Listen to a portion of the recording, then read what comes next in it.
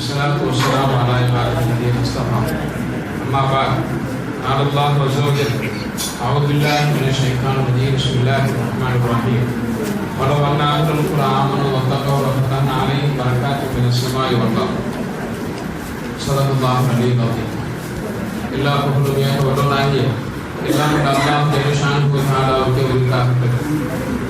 அவனது ஸலாத்தும் கருணையும் ஸலாமின் மீறேற்றமும் பெருமானார் ஸல்லல்லாஹு அலைஹி வஸல்லம் மீது அவர்களை பின்பற்றி வாழ்ந்த சத்திய சஹாபாக்கள் உத்தமர்கள் நல்லோர்கள் நாதாக்கள் அனைவர் மீது நம் அனைவர் மீதும் என்றென்றும் நிலவட்டுமான இனிமிக்கு அல்லாஹ் நல்லடியார்களே பெரியார்களே சகோதரர்களே, அல்லாஹ் ஜல்லஷானஹு வ தஆலா அவன் மகத்தான தன்னுடைய கருணையை கொண்டு நமக்கு அவன் தந்திருக்கக்கூடிய ரமதானுடைய முதல் பத்தை நிறைவு செய்துவிட்டு அவன் நமக்கு வழங்கி இருக்கக்கூடிய ரஹமத்துடைய பத்தை நிறைவு செய்துவிட்டு அடுத்து மகஃபிரத்துடைய பத்தில் நாம் அமர்ந்திருக்கிறோம். நல்ல நாட்களை பொறுத்தவரையில அல்லாஹ் அருள் வளங்கள் நிறைய வைத்திருக்கக்கூடிய அந்த பொக்கிஷமான நாட்கள் நம்மை விட்டு விரைவாக செல்வதை நாம் கண்கூடாக பார்க்கலாம். மற்ற நாட்கள் எப்படி செல்லுகிறதோ இல்லையோ அல்லாஹ்வுடைய அருள் வளங்கள் நிறைந்திருக்கக்கூடிய அந்த நாட்கள் நம்மை விட்டு சீக்கிரம் நகர்ந்து விடுகின்றன. ரமதானுடைய ஒவ்வொரு நாளும் நம்முடைய வாழ்விலிருந்து கழிவது என்பது, நம்மை விட்டும் செல்வது என்பது உண்மையிலேயே நமக்கு ஒரு பெரிய இழப்பு என்பதுதான் வரலாற்று பூர்வமான உண்மை. நாம் 10 நாட்களை நிறைவு செய்திருக்கிறோம். அடுத்து மகஃபிரத்துடைய பத்தில் இப்பொழுது நாம் நுழைந்திருக்கிறோம். எல்லாம் அல்லாஹ் ஜல்லஷானஹு வ தஆலாவிடத்தில் நாம் எப்போதுமே தர வேண்டி நாம் பிரார்த்திக்க வேண்டும். நம்முடைய பாவங்கள் ஒவ்வொன்றாக எண்ணி பார்த்து நினைத்து பார்த்து அல்லாஹ்விடத்திலே பாவமன்னிப்பு தேட கடமைப்பட்டிருக்கிறோம். அல்லாஹ் இந்த நுழைவில் இருக்கக்கூடிய மகஃபிரத்துடைய பத்திலே நம்முடைய பாவங்களை எல்லாம் முழுமையாக அல்லாஹ் மன்னித்து நம்மை அனைவரையும் பரிசுத்தப்படுத்துவானாக என்று அல்லாஹ்விடம் பிரார்த்தித்து விட்டு நான் நிறைய பேர் கேள்விப்பட்டிருக்கிறேன், அல்லாஹ் பரக்கத்தை தந்திருக்கிறான் அப்படின்னு சில பேர் சொல்றாங்க.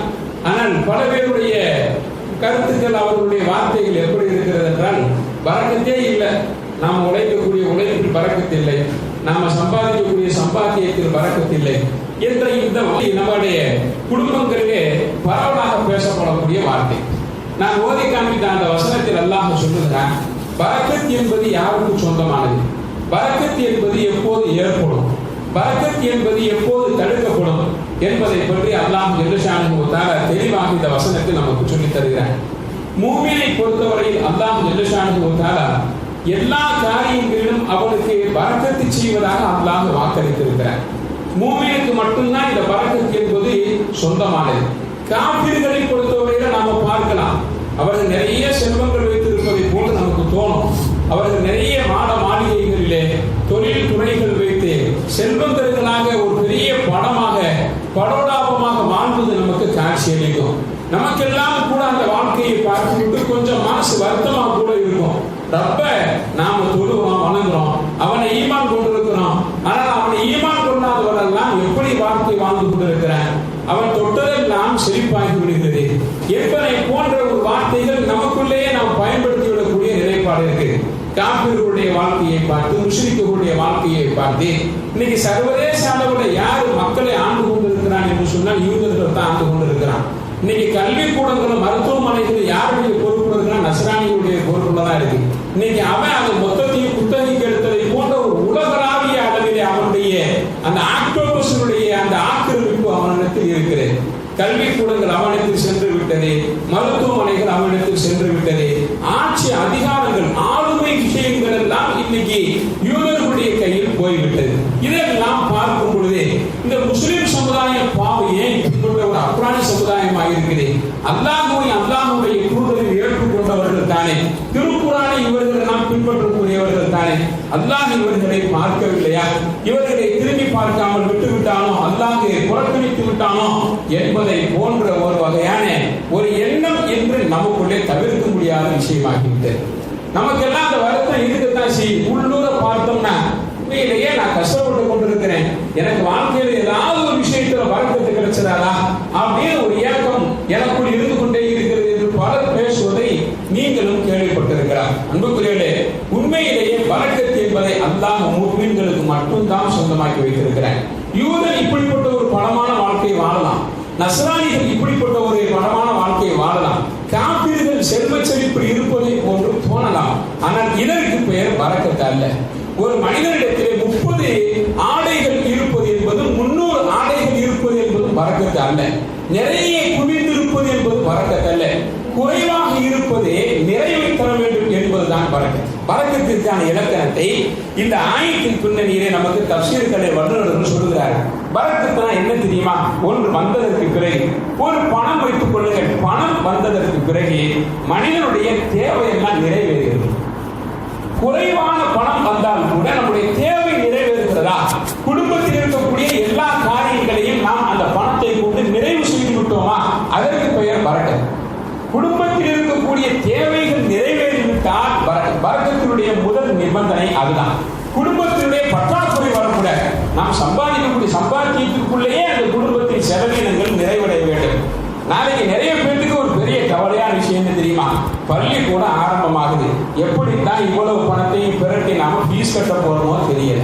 ஒரு பெரிய கேள்விக்குறியான ஒரு விஷயம் தான். எவ்வளவு கட்டணும்? 5000 10,000 இல்ல, 50,000 கமிட்ல இருக்கிறவங்க, 70,000 கமிட்ல இருக்கிறவங்க, 30,000 கமிட்ல இருக்கிறவங்க எல்லோரும் இருக்கத்தான் செய்கிறோம். அதற்கு ஒரு தேடல் இருக்கிறது என்று சொன்னால் அல்லாஹ் அந்த தேடலை நமக்கு நிறைவு செய்து விட்டான் என்றால், ஹலாலான வழிகள் அந்த தேவையை நிறைவேற்றி விட்டான் என்று சொன்னால் அதற்கு பெயர் தான் பரக்கத். அன்புக்குரியவர்களே, முதலாவது விஷயம், நாம சம்பாதிக்கக்கூடிய சம்பாத்தியம் நம்ம குடும்பத்தின் தேவைகளை நிவர்த்தி செய்து விட வேண்டும். முதலாவது. இரண்டாவதான விஷயம், அந்த பணம் வந்ததற்கு பிறகோ அல்லது எந்த ஒரு பொருளை நாம் வாங்கினோமோ அந்த பொருளை வாங்கியதற்கு பிறகு மன ஊசலாக வாங்கக்கூடாது. நம்முடைய தேவைக்கு ஒரு பொருளை வாங்கிட்டால் இதை வாங்காம இருந்திருக்கணுமோ, சிரமப்பட்டிருக்க மாட்டோமோ, இதை வாங்காம இருந்திருந்தா கொஞ்சம் நிம்மதியாக இருந்திருக்கலாமோ என்று ஒரு பொருளை வாங்கியதற்கு பிறகு அல்லது நமக்கு ஒரு பணம் கிடைத்ததற்கு பிறகு மனம் குழப்பம் அடையக்கூடாது. மனசு நிறைவாயிடும். பணம் வந்தது, மனம் நிறைந்தது. நாம் ஒரு பொருளை வாங்கிட்டோம், மனசு நிறைவாயிருக்கு. அல்ஹம்துலில்லாஹ், ஒரு ஃபேன் வாங்கணும், வீட்டுல நிம்மதியாக ஓடிக்கொண்டிருக்கிறது, மனசுக்கு ராகத்தாரி. ஒரு ஏசியை வாங்கிட்டோம், ஒரு ஃப்ரிட்ஜை வாங்கிட்டோம், அல்ஹம்துலில்லாஹ், மனசுக்கு இதமாக இருக்கிறது. அந்த பொருள் வந்ததற்கு பிறகு மனக்குழப்பம் வரக்கூடாது. ஒரு பொருளோ ஒரு காசோ வந்ததற்கு பிறகு மனக்குழப்பம் வந்தால் அங்க பரக்கத்து இல்லை என்று பொருள். இரண்டாவதான விஷயத்தை மார்க்கம் சொல்லுது. மூன்றாவதான விஷயம் என்ன தெரியுமா? நாம சம்பாதித்த அந்த சம்பாத்தியம் நம்மிடத்தில் வந்ததற்கு பிறகு அந்த பணத்தை கொண்டு கண்ணியம் கிடைக்கும். அந்த பணத்தை கொண்டு என்ன கிடைக்க வேண்டும்? கண்ணியம் கிடைக்க வேண்டும், மரியாதை கிடைக்க வேண்டும். ஒரு பணம் வந்ததற்கு பிறகு மரியாதை கெட்டு போனதா? அந்த பணம் வந்ததற்கு பிறகு நமக்கு பெரிய சஞ்சலமாக இருக்கிறதா? கண்ணியம் குறைந்து போனதா? அந்த பணம் வந்தது வீட்டின் வாசலில் வந்து ஒரு 10 பேர் புலம்பிக் கொண்டிருக்கிறார்கள். நிறைய இன்னைக்கு இந்த கம்பெனிகள் இருக்கிறது. இன்னைக்கு இந்த பொருளாதார சேமிப்பினுடைய கம்பெனியை ஒட்டுமொத்தமும் பணத்தை சுருட்டி கொண்டு சென்று விடுவார்கள். எங்கோ ஒரு நாட்டில் போய் செட்டில்ட் ஆகி அவர்கள் தங்களுடைய உல்லாசமான வாழ்க்கை வாழ்ந்து கொண்டிருப்பார்கள். அவரிடத்தில் பணம் கொடுத்தவெல்லாம் இங்கே புலம்பிக் கொண்டிருப்பான். அன்புக்குரியவர்களே, ஒரு பணம் பாருங்கள், அவனுக்கு கண்ணியத்தை தர வேண்டும். மூன்றாவதான விஷயம். நாலாவதான விஷயம், எந்த ஒரு விஷயத்தை நினைத்து கவலைப்படாம மனசு நிம்மதியாக, மனம் நிம்மதி அடைந்து விட்டதா நாம வரக்கத்தான வாழ்க்கை இருக்கிறோம் என்பது பொருள். அன்புக்குரியவர்களே, சில சந்தர்ப்பங்களில் இதற்கு நேர்மாறாக எல்லாமும் அல்லாஹ் தந்ததற்கு பிறகு அடுத்தவருடைய வாழ்க்கையை பார்த்து ஏற்கக்கூடிய ஒரு வாழ்க்கை என்பது இது ஒரு துரதிர்ஷ்டமான ஒரு விஷயம். அல்லாஹ் வாக்களித்திருக்கக்கூடிய மகத்தான விஷயம் என்னவென்று சொன்னால், உண்மையிலேயே பரக்கத் என்பது முஃமினுக்கு மட்டுமே சொந்தமான ஒரு பெரிய வரம் என்று அல்லாஹ் சொல்கிறார். பெருமானார் ஸல்லல்லாஹு அலைஹி வஸல்லம் வாழ்க்கையை நீங்க பார்க்கலாம், நபி தோழர்களுடைய வாழ்க்கையை பார்க்கலாம். அவர்களுடைய வாழ்க்கை எல்லாம் ஒரு பெரிய மன நிறைவான ஒரு வாழ்க்கையை வாழ்ந்திருப்பதை வரலாறுகளே பதிவு செய்யலாம். திருக்குர்ஆன்ல பரக்கத் என்ற வார்த்தையை எங்கெங்கெல்லாம் பயன்படுத்தி இருக்கிறார் அல்லாஹ், பரக்கத் என்ற வார்த்தை எதற்கு பயன்படுத்தப்பட்டிருக்கிறது என்பதை முழு குர்ஆனிலும் நீங்க ஆய்வு செய்து பார்த்தால், பரக்கத் என்ற அந்த வார்த்தை, அபிவிருத்தி என்ற அந்த வார்த்தையை அல்லாஹ் முதலாக ஷாம் தேசத்தில் இருக்கக்கூடிய மஸ்ஜித் அக்ஸாவுக்கு பயன்படுத்தி இருக்கிறார். அது பரக்கத்தான பூமி, பரக்கத்தான பள்ளி. அதற்கும் முதலாவதாக காபத்துல்லாவுக்கு பயன்படுத்தி இருக்கிறார். லல்லதி பிபக்கத முபாரகன், பரக்கத்து பொருந்திய பூமி. பரக்கத்து என்று சொன்னால் என்ன? அங்கு மனிதர்கள் போய்விட்டா நிம்மதி ஆகிடுவாங்க. பரக்கத்தான பூமியுடைய அர்த்தம் என்ன? நாம பரக்கத்தான வீட்டுக்குள்ளே வாழ்கிறோம் என்பதுடைய பொருள் என்ன? அந்த வீட்டுக்குள்ள போய் நாம் விழித்திருந்தாலும் சரி, படுத்து உறங்கினாலும் சரி, நிம்மதி வந்துடணும். விழிச்சிருக்கும் பொழுது கூட ஏதாவது ஒரு சிந்தனையை கொண்டு நினைத்துக் கொண்டிருந்தோம்னா நமக்கு நிம்மதி தொலைத்து விட்டதா, கொஞ்சம் பரக்கத்து கம்மியாக இருக்கிறது என்பது பொருள். எப்படி அந்த பரக்கத்தை நாம் மீட்டெடுப்பது என்பது வேறு விஷயம். அன்புக்குரியவர்களே, முதலாக அல்லாஹ் சொல்வது காபத்துல்லாஹ், அந்த பூமி, அந்த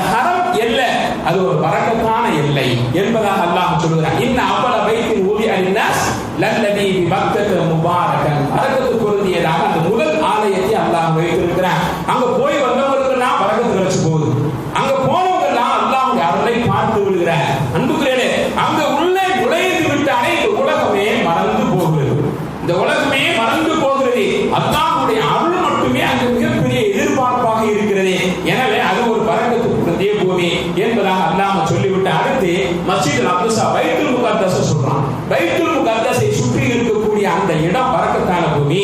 எனவேதான் நபி ஸல்லல்லாஹு அலைஹி வஸல்லம் அவர்களை காபத்துல்லாஹ்விலிருந்து நாம புராக் வாகனத்தில் மேராஜ் பயணத்தின் போது அங்கிருந்து அழைத்து நாம மஸ்ஜிதுல் அக்ஸாவுக்கு கொண்டு சென்றோம்.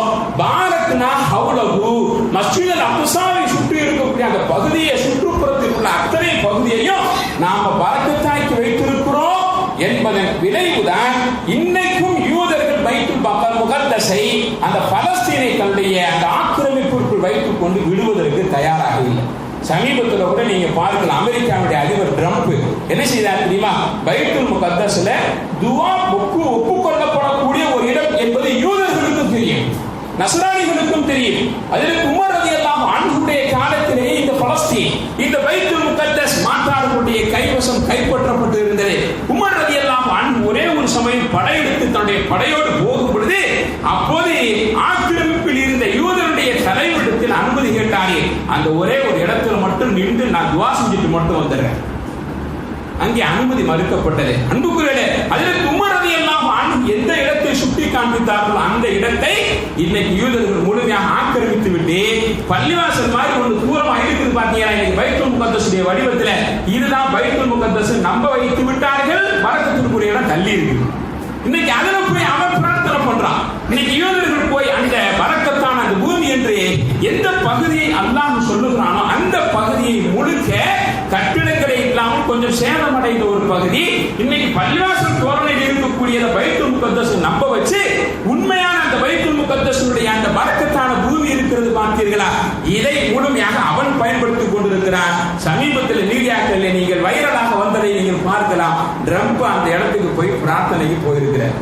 அன்புக்குரியவர்களே, அல்லாஹ் இரண்டாவதாக அந்த பரக்கத்து பொருந்திய இடமாக அதை அங்கே சொல்லி தந்திருக்கிறான். அந்த சுற்றி இருக்கக்கூடிய அத்தனை பகுதியுமே வளமான பகுதிகள்.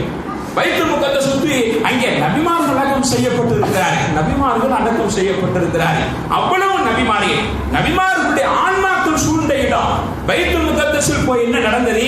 பெருமானார் ஸல்லல்லாஹு அலைஹி வஸல்லம் பைத்துல் முகத்தஸிலே அழைத்து செல்லப்பட்டு இமாமாக ஆக்கப்பட்டார்கள். எல்லா நபிமார்களுடைய ரூஹுக்கும், எல்லா நபிமார்கள் என்றால் எங்கிருந்து எங்கு வரை? ஆதம் அலைஹிஸ்ஸலாம் இருந்து ஹஜ்ரத் ஈசா அலைஹிஸ்ஸலாம் வரைக்கும் 1,20,000 நபிமார்களுடைய அர்வாஹ்களை அல்லாஹ் ஒன்று சேர்த்து பைத்துல் முகத்தஸிலே நிறுத்துகிறான். எம்பிரான் ஸல்லல்லாஹு அலைஹி வஸல்லம் அவர்கள் இமாமத்து செய்துவிட்டு அங்கிருந்து மேராஜ் பயணத்தை துவக்குகிறார்கள் என்ற அந்த வரலாற்றை பதிவை அல்லாஹ் சொல்லிவிட்டு உலகத்தில் இரண்டாவது பரக்கத்தான இடம் அதுதான் அப்படின்றான். அன்புக்குரியவர்களே, பெருமானார் ஸல்லல்லாஹு அலைஹி வஸல்லம் அவர்கள் அடுத்து மக்காவில் இருக்கக்கூடிய அந்த ஹரம் எல்லையை தாண்டி இருக்கக்கூடிய மினாவை பெருமானார் ஸல்லல்லாஹு அலைஹி வஸல்லம் பரக்கத்தான பூமி என்று சொன்னார். பரக்கத்தான பூமி, எவ்வளவு லட்சம் மக்கள் அங்கே குழுமினாலும் ஒரு காலம் இருந்தது. மினா மைதானத்திலே, அரபா மைதானத்திலே 1,20,000 சஹாபாக்கள் அங்கே ஒன்று கூடியிருந்தார்கள். பெருமானார் உரை நிகழ்த்தினார். ஹஜ்ஜத்துல் விதாவுடைய பேருரை என்பதாக இன்று தமிழாக்கம் செய்யப்பட்டு நம்முடைய பார்வைக்கு கிடைத்திருக்கிறது. அந்த உரை நிகழ்த்தும் பொழுது நடந்த விஷயம் என்ன தெரியுமா? பெருமானார் ஸல்லல்லாஹு அலைஹி வஸல்லம் உரை நிகழ்த்துகிறார்கள். 1,00,000 மேற்பட்ட சஹாபாக்கள் அங்கே குழுமி இருக்கிறார்கள்.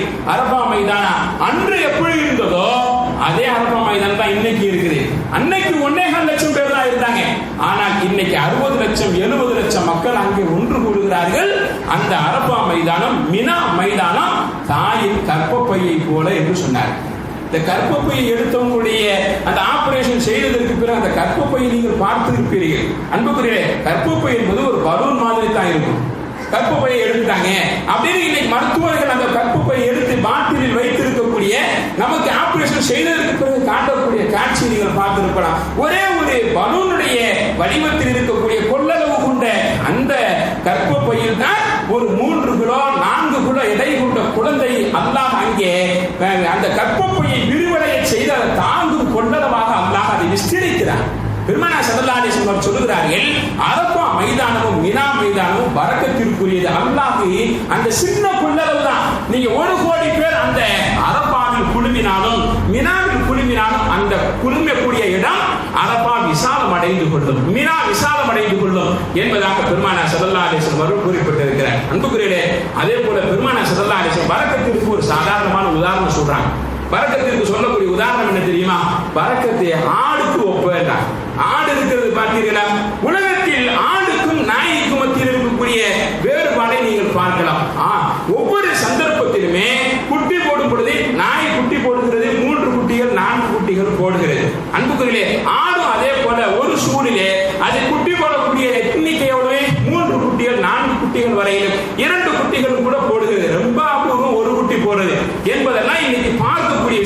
பெருமானார் ஸல்லல்லாஹு அலைஹி சொல்கிறார்கள், நாய் பரக்கத்தில்ல, நாய் பரக்கத்தில்ல, ஆடு பரக்கத்து என்று சொன்னார்கள்.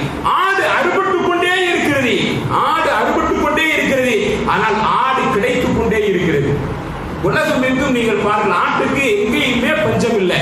அல்லாஹ் அப்படித்தான் ஆடையும் மாடையும் ஒட்டகத்தையும் வைத்திருக்கிறார். நீங்கள் அறுத்து கொண்டே இருக்கலாம், புசித்துக் கொண்டே இருக்கலாம், ஆனால் அதனுடைய எண்ணிக்கை உங்களுக்கு தேவை நிறைவேறி மேலும் கிடைத்துக் கொண்டே இருக்கிறது. மனிதனுடைய தேவைக்கு பயன்படுகிறது. பார்த்தீர்களா?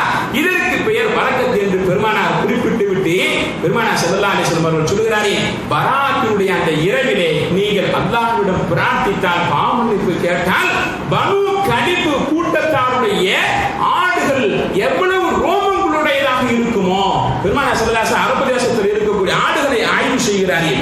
பனு கலிபு என்ற கூட்டத்தாருடைய ஆடுகள் எவ்வளவு ரோமங்கள் உடைய ஆடுகளாக இருக்கிறதோ, அந்த மலை குன்றை மறைத்து நின்றால் எப்படி காட்சி தருமோ, அந்த மலை குன்றை சூழ்ந்திருக்கக்கூடிய ஆடுகளுக்குள் எவ்வளவு ரோமங்கள் இருக்குமோ, அல்லாஹ் அந்த ரோமத்தின் அளவு பாவங்கள் இருந்தாலும் மன்னிக்கிறான் என்று சொன்னார். பெருமானார் ஸல்லல்லாஹு அலைஹி வஸல்லம் அவர்கள் ஆடை பரக்கத்திற்கு ஒப்பிடுகிறார்கள். நாயை யாருமே சாப்பிட முடியாது, சாப்பிடுவதற்கு மார்க் அனுமதிக்கல, ஆனால் நாயும் குட்டி போட்டுக் கொண்டே இருக்கிறது, அது பரக்கத்தின்மையின் அடையாளம் என்பதாக பெருமானார் ஸல்லல்லாஹு அலைஹி வஸல்லம் குறிப்பிட்டு விட்டு அடுத்து இன்னொரு வசனத்தை சொல்லுகிறார். பரக்கத் என்ற வார்த்தை அல்லாஹ் எதற்கு பயன்படுத்தி இருக்கிறார்? ஷஜரத்தின் முபாரக்கத்தின் ஜைத்தூனத்தின், ஜைத்தூன் மரம் இருக்கிறது பார்த்தீர்களா? வத்தீன் வ ஜைத்தூன், ஜைத்தூன் மரத்தை அல்லாஹ் சத்தியமிட்டு சொல்லி இருக்கிறார். அன்புக்குரியவர்களே, அந்த பரக்கத்து என்ற வார்த்தையை அந்த மரத்திற்கு அல்லாஹ் சொல்லி வைத்திருக்கிறார். அந்த மரத்தில் இருக்கக்கூடிய அத்தனையுமே மனிதனுக்கு பரக்கத்தானது பயன்படுத்தப்படக்கூடியது. பெருமானார் ஸல்லல்லாஹு அலைஹி வஸல்லம் அவர்கள் தன்னுடைய வாழ்க்கையிலே அவர்கள் பரக்கத்தாக சமூகத்திற்கு அறிமுகப்படுத்திய விஷயங்களிலே ஒன்று எது தெரியுமா? தன்னுடைய திருவாயிலிருந்து உமிழ்நீரை எடுத்து இந்த குழந்தைகளுக்கு பேரித்தம் கனிகளை மென்று அந்த குழந்தைகளுக்கு பெயர் சூட்டுவார், தஹ்னீக் செய்வார். அரபியிலே தஹ்னீக் என்ற வார்த்தை பயன்படுத்தப்படுகிறது. பேரித்தம்பழத்தை பெருமானார் தன்னுடைய திருவாயில் வைத்து மெல்லுவாரே. மென்றதற்கு பிறகு அந்த உமிழ் நீரோடு சேர்த்து, பெருமானாருடைய பரக்கத்தான உமிழ் நீரோடு சேர்த்து குழந்தைகளுக்கு பேர் வைப்பதற்காக பெருமானாருக்கு ஒப்படைக்கப்பட்டால் தன்னுடைய மடியில் வைத்து பெருமானார் ஸல்லல்லாஹு அலைஹி வஸல்லம் அந்த பேரித்தம் கனியோடு உமிழ் நீரை வைத்து பெயர் சூட்டுவார். அப்படி எத்தனை சஹாபாக்களுக்கு பெயர் சூட்டப்பட்டிருக்கிறது குழந்தைகள் என்பதாக தனி பட்டியலே இருக்கிறது. பெருமானார் ஸல்லல்லாஹு அலைஹி வஸல்லம் அவருடைய உமிழ் நீருக்கு ஒரு பெரிய பரக்கத்து இருக்கிறது. அதற்கு அலி ரலியல்லாஹு அன்ஹு நாளைக்கு காலையில் போருக்கு போகணும், கைபர் போருக்கு அவர் தான் தளபதி. ஆனால் பெருமானார் ஸல்லல்லாஹு அலைஹி வஸல்லம் பேரை குறித்து விட்டார்கள், படை தளபதி நீதான் என்று. பெருமானார் ஸல்லல்லாஹு அலைஹி வஸல்லம் அவர்கள் அறிவித்ததற்கு பிறகு ஃபஜ்ர் தொழுகைக்கு அதற்கு அலி ரலியல்லாஹு அன்ஹு கண்கள் சிவந்தவராக வருகிறார், கண்கள் சிவந்தவராக வருகிறார். இன்னைக்கு காலையில படை அழைத்துக் கொண்டு போக வேண்டுமே, பெருமானார் பார்க்கிறார்கள். அவருடைய கண்ணை பார்க்கும் பொழுது அடியை கூப்பிட்டு கேட்டார்கள், கண்ணில் என்ன மாற்றம் தெரிகிறது? அதற்கு அலி ரலியல்லாஹு அன்ஹு சொன்னார்கள், இரவு பூராவும் எனக்கு கண்வலி வந்தது, எனவே நான் தூக்கம் இல்லாமல் இரவு பூராவும் தவித்து போனேன் என்று சொல்ல, பெருமானார் ஸல்லல்லாஹு அலைஹி வஸல்லம் தன்னுடைய பரக்கத்தான உமிழ் நீரை எடுத்து அதற்கு அலி ரலியல்லாஹு அன்ஹுடைய கண்களில் தடவுகிறார்கள். அதற்கு அலி ரலியல்லாஹு அன்ஹு கூறுகிறார், என் வாழ்க்கையில இதற்கு முன்பு எப்படி இந்த கண் வலிக்கு முன்பு எவ்வளவு பிரகாசம் என் கண்ணில் இருந்ததோ அதை விட பன்மடங்கு பிரகாசம் என் கண்களில் வந்தது. வலியே இல்லாத ஒரு நிலைக்கு என் கண்கள் மாறி போயின, இறக்கும் வரையிலும் என் கண்ணில் எந்த விதமான நோயும் தொற்றவில்லை என்பதாக அதற்கு அலி ரலியல்லாஹு அன்ஹு கூறியதை வரலாறுகளிலே பதிவு செய்யப்பட்டிருக்கிறது. புகாரியிலே நீங்கள் பார்க்கலாம். அன்புக்குரியவர்களே, பெருமானார் ஸல்லல்லாஹு அலைஹி வஸல்லம் நமக்கு வழிகாட்டுகிறார். சதாவும் நாம் அல்லாஹ்ட்ட பரக்கத்தை கேட்கணும். நான் பல சமயங்களில் நம்ம நண்பர்கிட்ட சொல்லுவேன், சம்பாதிக்கக்கூடிய சம்பாதி யாரிடத்திலிருந்து பணம் வாங்கினாலும் சரி, யா அல்லாஹ் நான் பெறக்கூடிய இந்த பணத்தில் பரக்கத்தை கொடு, நான் சம்பாதித்துக் கொண்டு போகக்கூடிய வீட்டிற்கு கொண்டு போகக்கூடிய இந்த பணத்தில் பரக்கத்து கொடு, நாம வாங்கின பொருட்கள் அல்லாஹ் பரக்கத்து செய்யட்டுமே. அன்புக்குரியவர்களே, லட்சம் ரூபாய் நமக்கு கையில கிடைக்கணும்ன்ற அவசியம் இல்லை, 10,000 ரூபாய் கிடைத்ததா அல்லாஹ் இதில் எனக்கு பரக்கத்து செய். அந்த பணம் நின்று செலவாகும். குடும்பங்களிலே நீங்கள் பார்க்கலாம், விசேஷங்களிலே நீங்கள் பார்க்கலாம், லட்சம் ரூபாய் கையில் வைத்திருப்போம், காலை விழுந்ததற்கு பிறகு பார்த்தாக்க 1000 ரூபாய் தான் இருக்கும். 99,000 ரூபாய்க்கு திருமண விசேஷங்களில் எங்கு போனது என்றே நமக்கே தெரியாது. என்ன வாழ்ந்து இவ்வளவு பணம் இருந்ததே, கத்தையாக வைத்துள்ளோம், என்ன வாழ்ந்து ஆச்சரியப்பட்டு போவான். அதற்கு பேர் பரக்கத்தில் 10,000 ரூபாயை 1,00,000 ரூபாய் வேலை செய்யும், 1,00,000 ரூபாய் வேலை செய்யும். இதற்கு பெயர் பரக்கத் என்பதை மார்க்கம் குறிப்பிட்டு நீங்கள் உங்களுடைய உடல் ஆரோக்கியத்திலும் பரக்கத்தை கேளுங்கள் என்று சொல்லுங்கள். உங்களுடைய சம்பாத்தியத்துல வரக்கத்தை தேடணும். நம்ம வீடுகளில் இருக்கக்கூடிய பாத்திரங்களில் கூட வரக்கத்தை கேட்க சொன்னாரே. பெருமானார் ஸல்லல்லாஹு அலைஹி வஸல்லம் உணவு தானியங்களில் வரக்கத்தை கொடு. அதில் அபூ ஹனீஃபா ரஹ்மத்துல்லாஹி அலைஹி சொன்னா நமக்கு இன்னைக்கு உலகத்தில் ஆச்சரியமா தெரியும். இப்படி இல்லாம சாத்தியம். இறைநேசர்கள் வாழ்ந்திருக்கிறார். தாபியீன்கள் சஹாபாக்களை பார்த்தவர்கள், சஹாபாக்களோடு வாழ்ந்தவர்கள் தாபியீன்கள் என்று சொன்னார். அடுத்த தலைமுறையினர்கள் பெருமானார் ஸல்லல்லாஹு அலைஹி வஸல்லம் அவருடைய மகத்தான அந்த பரக்கத்தை பெற்ற அந்த சமூகம். அதில் அபூ ஹனீஃபா ரஹ்மத்துல்லாஹி அலைஹி பல வருஷமாக உடல் ஆரோக்கியத்தை பாருங்கள், பல வருஷமாக இஷாவுக்கு செய்த ஒதுவை வைத்து ஃபஜ்ர் தொழுதிருக்கிறார். நம்ப முடிகிறதா? நமக்கு ஒரே ஒரு நாள் சோதனை பண்ணி பார்ப்போமே. இன்னைக்கு இஷாவுக்கு செய்த ஒதுவை வச்சு ஃபஜ்ர் இன்னைக்கு எப்படியாவது தொழுகணும். எப்படியாவது கொஞ்சம் ஒரு முயற்சி பண்ணி நம்ம சபதம் போட்டு கூட செய்ய முடியாது. ஒரு போட்டியாளர் நேரல் நிலைகள் ஆரோக்கியங்கள் சீர்கட்டு போயிருப்பதை நாம் பார்க்கலாம், வரக்கத்து குன்றி இருப்பதை நாம் பார்க்கலாம். அன்புக்குரியவர்களே, பெருமானார் ஸல்லல்லாஹு அலைஹி வஸல்லம் அடுத்து சொல்லுகிறார்கள், இல்மில் பரக்கத்தை கேட்கணும். நம்முடைய குழந்தைகளுடைய படிப்பிலே, மார்க்க விஷயங்களிலே, யா அல்லாஹ் எனக்கு பரக்கத்தை கொடுப்பாயா, குர்ஆன்ல நீங்க எனக்கு அதிகம் கொடுப்பாயாக என்று கேட்க சொன்ன ஒரே ஒரு விஷயம் மார்க்க ஞானம் தான். குர்ஆனை நீங்க அதிகமாக கொடு அல்லாஹ் அப்படின்னு வேற எங்கேயுமே நீங்க குர்ஆனை பார்க்க முடியாது. பெருமானார் ஸல்லல்லாஹு அலைஹி வஸல்லம் நபிக்கு ஸ்பெஷலாக ஒரு உத்தரவு போட்டிருக்கிறார். என்ன தெரியுமா? குல் ரப்பி ஜித்னி இல்மா. நபியே நீர் கூறுவீராக, ரப்பி இறைவா ஜித்னி இல்மா, எனக்கு நாலேஜை அதிகப்படுத்து, எனக்கு ஞானத்தை அதிகப்படுத்து என்று கேட்க சொன்ன, அதிகம் கேட்க சொன்ன ஒரே ஒரு விஷயம் இந்த இல்மு தான். இன்னைக்கு பாருங்க, இன்னைக்கு எந்த கோர்ஸ் படிச்சிருக்கிறோம் அதை தவிர இந்த உலகத்துல வேற எதுவுமே தெரியாது அந்த பையனுக்கு. அதுக்கு மட்டும்தான் வேலை பார்க்கணும், அதுக்கு ஒரு கம்பெனியை தேடிக்கிறோம், அதுக்கு மட்டும்தான் வேலை. உலகத்துல வேற எந்த நாலேஜுமே தெரியாது. மீடியா நடக்கக்கூடிய எந்த பிரச்சனைக்கும் தீர்வு சொல்ல தெரியாது. குடும்பவியலை கூட இன்னைக்கு பிரச்சனைகளை தீர்க்க தெரியாது. அன்புக்குரியவரே, காலையில் எதனும் படிச்ச படிப்புக்கு தகுந்த வேலை இருக்கு, கண்ணை பொத்திக் கொண்டு அந்த கம்பெனியில போய் வேலை செய்து விட்டு மாசமான சம்பளத்தை வாங்கிடணும். அந்த சம்பளத்தை வைத்து குடும்பத்தை எப்படியாவது ஒரு மாசம் பூரா ஓட்டணும். அன்புக்கு எத்தனை வருஷத்துக்கு ஓட்டுவான்? இறுதி காலகட்டம் வரையும் ரிட்டையர்மெண்ட் ஆனதற்கு பிறகு என்ன? அதற்கு பிறகு கொஞ்சம் சேர்த்து வைத்திருக்கக்கூடிய பணத்தை வைத்து சமாளித்து விட வேண்டும். அதற்கு பிறகு முடியலையா, பிள்ளைங்களுக்கு கொஞ்சம் வாங்கி செலவழித்து நாம் அல்லாஹ்வுடைய அந்த பயணத்தை நோக்கி புறப்பட வேண்டியது. இதுக்கு பேர் பரக்கத்தா? இதற்கு பேர் பரக்கத்தா? அன்புக்குரியவரே, குறுகிய கால வாழ்க்கை, நிறைவான சேவை. இந்த உலகத்தில் நாம் வாழ்ந்தோம் என்பதற்கான ஒரு அடையாளத்தை பதிவு செய்யும். அந்த வாழ்க்கைக்கு பெயர் தான் பரக்கத். மார்க்கம் நமக்கு அற்புதமாக குறிப்பிட்டு தருகிறது. ஒரு ஹதீஸுகளை மேலே இமாம் நவவி ரஹ்மத்துல்லாஹி அலைஹி, நவவி ரஹ்மத்துல்லாஹி ரியாதுஸ் ஸாலிஹீன் அப்படின்ற கிதாபு மாதிரி நிறைய ஹதீஸ் கிதாபுகள் எழுதியிருக்கிறாங்க. சிஹாஹு சித்தா, அரும் பெரும் கிரந்தங்கள் இருக்கிறது. பார்த்தீங்களா, புகாரி, முஸ்லிம், திர்மிதி, அபூ தாவூத், நஸஈ, இப்னு மாஜா, முவத்தா, இந்த எல்லா ஹதீஸ் கிதாபுகளுக்கும் விரிவுரை செஞ்சவர் இமாம் நவவி ரஹ்மத்துல்லாஹி அலைஹி. நீங்க பார்க்கலாம், அவர் எழுதியிருக்கக்கூடிய அந்த அத்தனை நூல்களையும் நீங்கள் பிரித்து பார்த்தால் மார்க்கம் சார்ந்த விரிவுரையை அவருடைய மரண வரைக்குமான நாட்களில் ஒரு நாளைக்கு 40 பக்கம், அவருடைய வாழ்நாள் பிறப்பிலிருந்து நீங்க கணக்கெடுக்கணும். இமாம் அபூ ஸக்கரியா யஹ்யா இப்னு ஷரஃப் அன்-நவவி ரஹ்மத்துல்லாஹி அலைஹி அவருடைய வாழ்க்கை பதிவரை பிறப்பிலிருந்து நீங்க டிவைட் பண்ணணுமா? அவர் எழுதுனது நாலேஜுக்கு வந்ததற்கு பிறகுதான். ஆனா அவ்வளவு நூல் எழுதியிருக்கிறாரே, அவ்வளவு விரிவுரைகள் எழுதியிருக்கிறாரே. ஒரு நாளைக்கு பிறந்ததிலிருந்து மௌத்தாகிறது வரைக்கும் நீங்க டிவைட் பண்ணா அவர் 40 பக்கம் டிவைட் ஆகுது. ஒரு நாளைக்கு அவர் எழுதிய பக்கங்கள், மார்க்கம் சார்ந்த விரிவுரைகள். யார் பேசப்படுறா? பரக்கத்தான வாழ்க்கை வாழ்ந்தவர்கள் பேசப்படுகிறார்கள். அஷ்ரஃப் அலி தானவி ரஹ்மத்துல்லாஹி நம்ம ஆச்சரியப்பட்டு போவோம். எத்தனை நூல் எழுதியிருக்காங்க தெரியுமா? 2800 நூல். 2800 நூல்கள். ஒரு இஸ்லாம் சார்ந்து இருக்கக்கூடிய நூலை ஒரு ஆள் எழுத முடிந்திருக்கிறது. அன்புக்குரியவர்களே, அவரு இன்னைக்கு நமக்கு மறைந்ததற்கு பிறகு வாழ்ந்து கொண்டிருக்கிறார். அவருடைய வாழ்க்கை எப்படிப்பட்ட ஒரு வாழ்க்கை? ஒரு சின்ன அமலை கொண்டு போதுமாக்கிக்கிட்டோம். இந்த வருஷம் ரமலான் தராவி தொழுதுட்டோமா, அடே அல்லாஹ் மிகப்பெரிய சாதனை. நான் 30 நூல் வச்சுட்டேன், பெரிய சாதனை இல்லை இது. அன்புக்குரியவர்களே, இன்னைக்கு அப்படி ஒரு சூன்ய தன்மையுடைய வாழ்க்கைக்குள்ள நம்ம அடைவிட்டு போயிட்டோம். சின்ன அமல்களை கொண்டு நம்ம நிரப்பமாக்கிக்கிறது. முஹீதீன் இப்னு அரபி ரஹ்மத்துல்லாஹி அலைஹி சுதந்திர போராட்டத்தின் போது அந்தமான் சிறையில் அடைக்கப்பட்டு விட்டார், மால்டா சிறையில் அடைக்கப்பட்டு விட்டார்.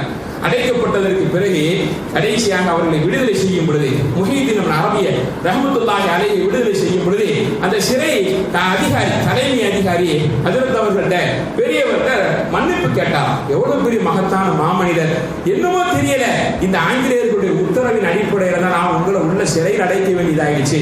ஆனா உள்ளே இருக்கும் பொழுது உங்களுடைய பண்புகளை பார்க்கிறேன், மகத்தான பண்புக்கு சொந்தக்காரர் நீங்கள் என்று சொல்லி விடுதலை ஆகும் பொழுது மன்னிப்பு கேட்டார்.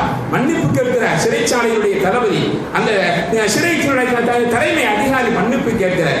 அதற்கு முஹையீத்தீன் அரபி ரஹ்மத்துல்லாஹி அலைஹி மிகப்பெரிய ஹதீஸுகளை மேடை ஒரே ஒரு சபையில் அவங்களுடைய உரையை கேட்டு 9,000 பேர் முஸ்லீம் ஆயிருக்கிறார்.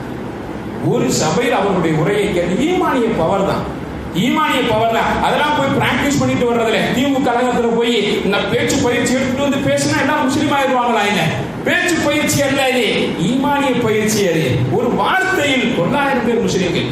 சிறைச்சாலை விட்டு வெளியே வரும்போது அந்த அதிகாரி மன்னிப்பு கேட்கும் பொழுது அதற்கு அவர்கள் சொன்னார்கள், அந்த அதிகாரிகிட்ட, தலைமை அதிகாரிகிட்ட சொன்னாங்களா, நான் உங்களுக்கு நன்றி சொல்ல கடமைப்பட்டிருக்கிறேன். என்ன தெரியுமா, என்னை இந்த சிறைச்சாலைக்குள்ள ஒரு 4 மாசம் நீங்க அடைத்து வைத்திருந்தீர்கள்.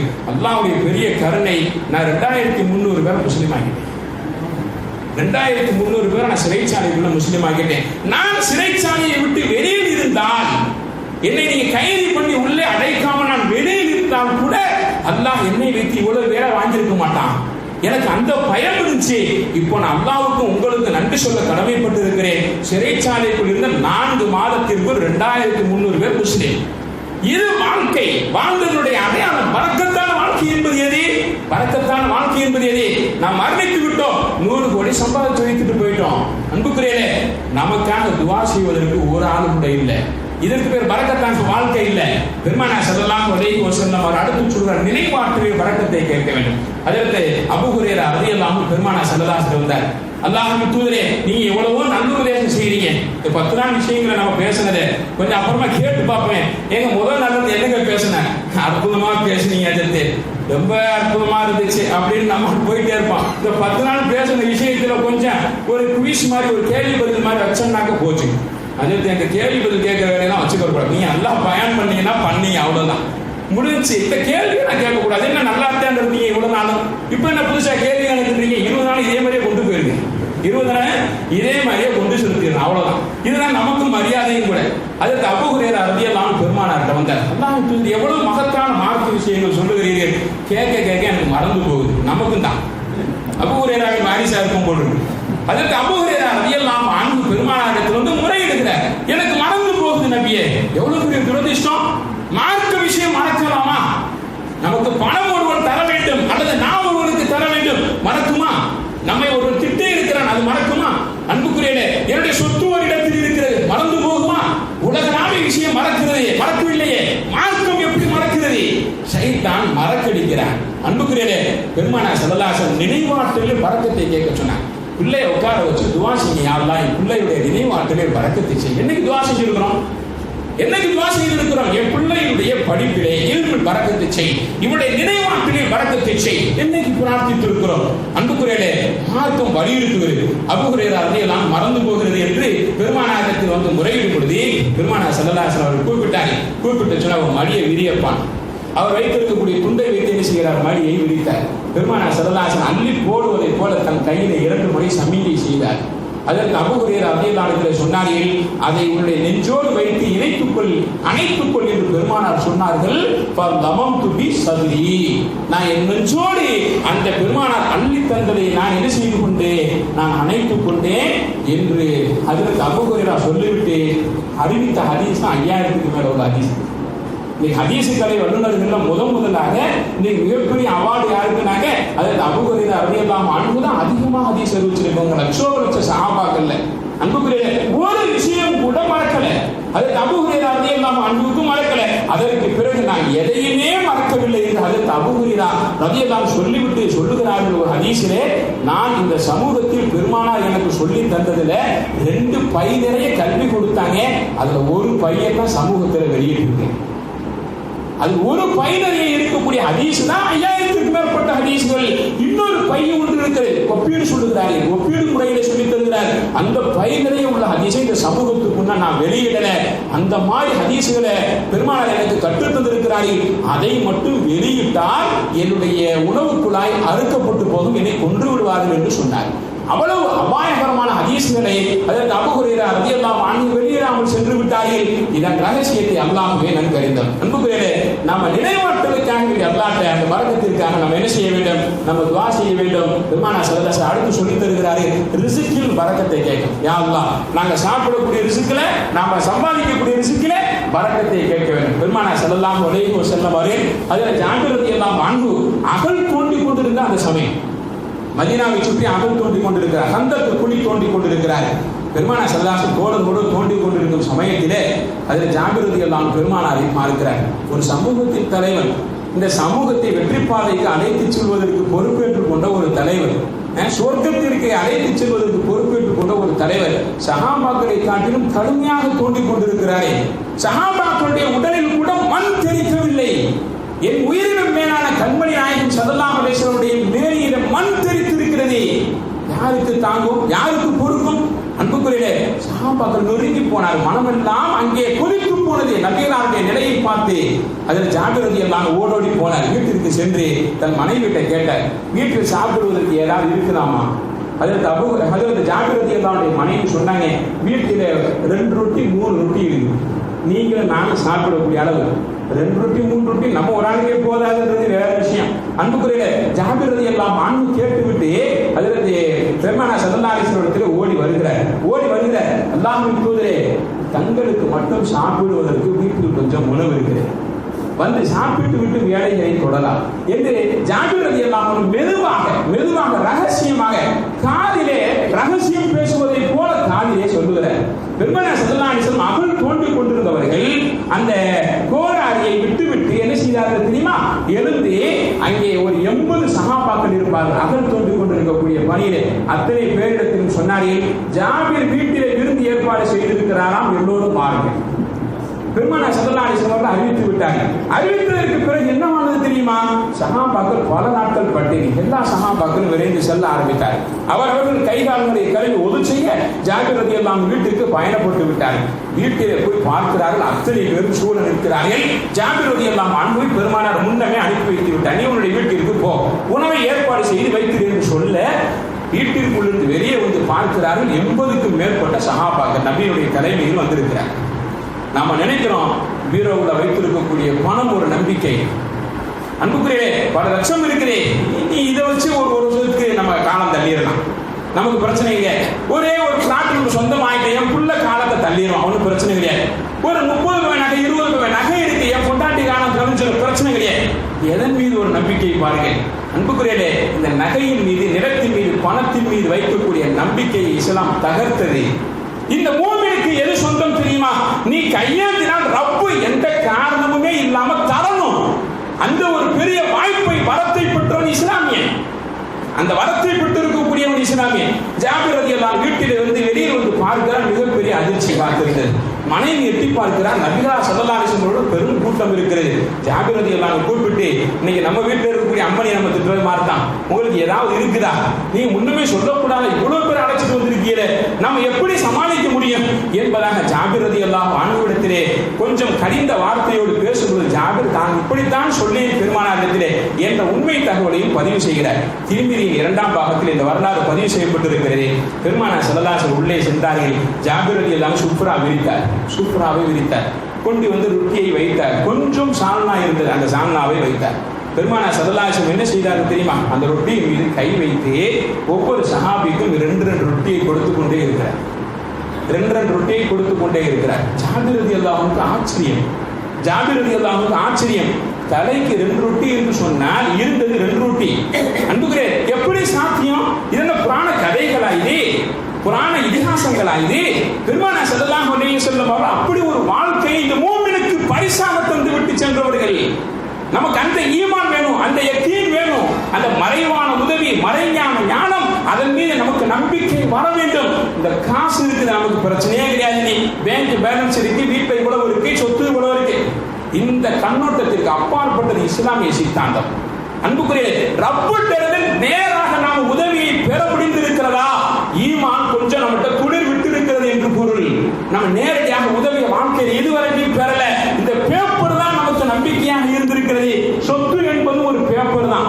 அன்புக்குரிய, அதன் மீது நான் நம்பிக்கை என்று சொன்னால் ஈமானிய அந்த சித்தாந்தம் வேறுன்றதுன்னு அர்த்தம். பெருமானார் ஸல்லல்லாஹு அலைஹி வஸல்லம் சாப்பிட்டு எல்லாம் முடித்ததற்கு பிறகு எல்லா தோழர்களும் சாப்பிட்டு முடித்ததற்கு பிறகு பெருமானார் ஸல்லல்லாஹு அலைஹி வஸல்லம் சாப்பிட்டார்கள். அதில் ஜாபிர் ரலியல்லாஹு அன்ஹு சொன்னாங்க, நீரும் உம்முடைய மனைவியும் சாப்பிடும் அளவுக்கு போதிய உணவு இருக்கிறது. ஜாபிர் ரலியல்லாஹு அன்ஹு கூறுகிறார், நான் வைத்த உணவு அப்படியே இருக்கு. நான் வைத்த உணவு அப்படியே இருந்தது. வரலாறிலே மிகப்பெரிய தகவலை பெருமானார் ஸல்லல்லாஹு அலைஹி வஸல்லம் அவர்கள் நமக்கு சொல்லித் தருகிறார்கள். ரிஸ்கில் பரக்கத் என்பது அதுதான். இதை கேட்டு பெற வேண்டும். நம்முடைய ஒவ்வொரு செயல்பாடுகளிலும் அல்லாஹ் பரக்கத்தை வைத்திருக்கிறார் என்பதை பெருமானார் ஸல்லல்லாஹு அலைஹி வஸல்லம் அனுபவித்து இந்த சமூகத்துக்கு தந்துவிட்டு சென்றார்கள். ஒரு கோப்பை பாலை வைத்து 70 சஹாபாக்கள் பருகிய வரலாறு நீங்க கேள்விப்பட்டதுதான். அது எப்படி சாத்தியம்? அபூ ஹுரைரா ரலியல்லாஹு அன்ஹு கொடுத்த ஒரு கோப்பை பால் எப்படி 70 சஹாபாக்களும் குடிக்க முடிந்தது? சாத்தியம் இது. அல்லாஹ் பரக்கத்தை தந்து விட்டால் இதெல்லாம் நிச்சயமாக அன்றாட வாழ்வில் சாத்தியமான விஷயம். பெருமானார் ஸல்லல்லாஹு அலைஹி வஸல்லம் அவர்கள் முன் சொப்பையாக கேட்டுக்கொண்டே இருந்தார்கள் இல்லையா? ஹதீஸ்களில் நாம கேள்விப்பட்டிருக்கிறோமே. ஆயிஷா அம்மா ரலியல்லாஹு அன்ஹாவிடத்திலே உட்கார்ந்து சாப்பிட்டுக் கொண்டிருக்கும் பொழுது பெருமானார் கேட்டார்கள், இன்று என்ன சமையல்? இன்று முன் சொப்பை சமைத்திருக்கிறேன். நம் வீட்டுக்கு ஒரு அன்பளிப்பாக ஆடு வந்தது. ஆடெல்லாம் கொடுத்த அன்பு அடுத்தவர்களுக்கு கொடுத்தாகிவிட்டது, அன்பளிப்பாக கொடுத்தாகிவிட்டது. 2 முன் சொப்பை உங்களுக்கு பிடிக்கும் என்று அதை மட்டும் வெட்டி சமைத்திருக்கிறேன். பெருமானார் ஸல்லல்லாஹு அலைஹி வஸல்லம் அப்போதே சொன்னார்கள், பிறருக்கு கொடுத்ததுதான் நமக்கு சொந்தம், நமக்கு எடுத்து வைப்பது நமக்கு சொந்தம் இல்லை. யாருக்கெல்லாம் கொடுத்தோம் அதுதான் நமக்கு நன்மையாக திரும்பி வரக்கூடியது. பெருமானார் ஸல்லல்லாஹு அலைஹி வஸல்லம் உபகார சிந்தனை எப்படி இந்த சமூகத்தில் விதைத்திருக்கிறார்கள் தெரியுமா? அன்புக்குரிய சாப்பிட்டுக் கொண்டிருக்கிறார்கள். பெருமானாருக்கு முன் சொப்பை கொண்டு வைக்கப்பட்ட தோழர்களோடு சாப்பிட்டார்கள். அடுத்து முன் சொப்பை கேட்டார்கள், தோழர்கள் சாப்பிட்டு முடித்தார்கள். பெருமானார் ஸல்லல்லாஹு அலைஹி வஸல்லம் அடுத்து முன் சொப்பை கேட்டார். அது ஆயிஷா அம்மாவுக்கு கேள்வி ஆயிடுச்சு. ஒரு ஆட்டுக்கு 2 முன் சொப்பை தான் இருக்கும். பெருமானார் ஸல்லல்லாஹு அலைஹி வஸல்லம் ஒரு ஆடு தான் நம்ம அன்பளிப்பா கிடைச்சதுன்னு சொன்னோம், முன் சொப்பையாக கேட்டுக்கொண்டே இருக்கிறார்களே. அல்லாஹ்வின் தூதரே, ஒரு ஆட்டிற்கு 2 முன் சொப்பை தானே? நம்மை போன்ற கேள்வி அவர்கள் கேட்டார். நமக்கு கணக்கு வழக்கு இவ்வளவுதான். இந்த கணக்கின் மீது நம்முடைய வாழ்க்கையை கொண்டு செலுத்த பயணித்து விட்டோம், பழகிவிட்டோம். அன்புக்குரியவர்களே, அதற்கு ஆயிஷா அம்மா ரலியல்லாஹு அன்ஹா அற்புதமாக சொன்னார்கள், நான் சொல்ல சொல்ல பாத்திரத்தை திறந்து எடுத்துக்கொண்டே இருந்தால் முன் சொப்பையாக வந்து கொண்டே இருந்திருக்கும் என்றார். அன்புக்குரியவர்களே, பெருமானார் ஸல்லல்லாஹு அலைஹி வஸல்லம் அப்படிப்பட்ட ஒரு மகத்தான வாழ்க்கையை நமக்கு சொல்லி தந்திருக்கிறார்கள். இந்த பரக்கத்து நமக்கு இந்த மூமினுக்கு வரமாக தரப்பட்ட விஷயம். இது எப்போ கிடைக்கும் தெரியுமா? சுருக்கமாக சொல்லி முடித்துக் கொள்கிறேன். அல்லாஹ் இன்று ஓதப்பட்ட அந்த வசனத்தில் சொல்லுகிறான், வலவ் அன்ன அஹ்லல் குரா ஆமனு வத்தகவ். 2 நிபந்தனை தான். நீங்க வாழ்க்கையில இது மாதிரி பரக்கத்தை பெற வேண்டுமா, இது மாதிரி நீங்கள் பரக்கத்தை அனுபவிக்க வேண்டுமா? 2 விஷயம். உங்க ஈமானை பரிபூர்ணமாக்கிக் கொள்ளுங்கள், ஈமானை சீர் செய்து கொள்ளுங்கள். 2வது விஷயம் வத்தகவ், நீங்கள் இறைவனை அஞ்சி வாழுங்கள். என்ன ஒரு காரியமாக இருந்தாலும் சரி, இறையச்சத்தோடு வாழ பழகிக் கொள்ளுங்கள். பணம் வருகிறதா, அந்த பணத்தை நாம் பெறுவது சரிதானா, நாம செலவழிக்கிறோமா, செலவழிப்பது சரிதானா, ஒருவரிடத்தில் பேசுகிறோமா, அந்த பேச்சு அல்லாஹ்வுக்கு உகந்ததுதானா என்ற ஒவ்வொரு விஷயத்தையும் நாம் சிந்தித்து இறையச்சத்துக்கு உட்பட்ட வாழ்க்கையை நாம் வாழ்ந்தால் அல்லாஹ் விடை சொல்றான், லஃபதஹ்னா அலைஹிம் பரக்காத்தின் மினஸ் ஸமாவாத்தி வல் அர்த். வானத்திலிருந்து பூமியிலிருந்து இவர்களுக்கு பரக்கத்தின் வாசல்களை திறந்து விடுவோம் என்கிறார். பரக்கத்தின் வாசல்களை திறந்து விடுவோம் என்கிற அன்புக்குரியவர்களே, நமக்கு அடுத்ததாக அல்லாஹ் பெருமானார் ஸல்லல்லாஹு அலைஹி வஸல்லம் மூலமாக சொல்லித் தருகிறார். அல்லாஹ்வுடைய திக்ர் நமக்கு இருக்கணும். அதே போல அடுத்து சொல்லப்படுகிறது, நம்ம சதா துஆ செய்து கொண்டே இருக்க வேண்டும், துஆ செய்து கொண்டே இருக்க வேண்டும். பரக்கத்திற்கான அடையாளம் துஆ செய்து கொண்டே இருக்கிற பரக்கத்து கிடைத்துக் கொண்டே இருக்கும். அதே போல நம்முடைய பழக்க வழக்கங்கள் நல்லோர்களோடாக இருக்க வேண்டும், நல்லோர்களோடு இருக்க வேண்டும். நாம நல்ல மனிதர்கள் தான், நம்முடைய பழக்க வழக்கங்கள் பூராமே தீயவர்களோடு இருக்கிறது என்று சொன்னால், இன்னைக்கு ஒரு திருமணம் வச்சு விட்டா பாதிக்கு மேல பார்த்தாக்க மாற்றார்கள் தான் உள்ள இருக்கிறாங்க. எப்படி இந்த பழக்க வழக்கங்கள் நமக்கு உள்ளே ஊடுருவி போனது? இப்படிப்பட்ட ஒரு வாழ்க்கைக்குள்ளே நாம் எப்படி தள்ளப்பட்டோம்? பெருமானார் ஸல்லல்லாஹு அலைஹி வஸல்லம் சொல்கிறார்கள், அல் பரக்கத்து மா அகாபிரிக்கும், உங்களில் மிக பெரியவர்களோடு நல்ல சாலிஹீன்களோடு நீங்கள் சேர்ந்திருப்பது உங்கள் வாழ்வை பரக்கத்திற்குரிய வாழ்வாக ஆக்கும் என்பதாக பெருமானார் ஸல்லல்லாஹு அலைஹி வஸல்லம் அவர்கள் பரக்கத்திற்கான அடிப்படை விதிகளை நமக்கு நியமித்திருக்கிறார்கள், நிர்ணயித்திருக்கிறார்கள். எல்லாம் அல்லாஹ் ஜல்ல ஷானஹு வ தஆலா அவர்களுக்கும் அவர்களுடைய தோழர்களுக்கும் நபிக்கும் நபி தோழர்களுக்கும் எவ்வளவு பரக்கத்துகளை எல்லா காலகட்டங்களிலும் எல்லா சந்தர்ப்பங்களிலும் அல்லாஹ் தந்தானோ, அதே போல அத்தனை சந்தர்ப்பங்களிலும் அத்தனை காலகட்டங்களிலும் அந்த பரக்கத்தை பெறக்கூடிய தகுதி மிக்கவர்களாக அல்லாஹ் நம்மை வாழச் செய்வானாக.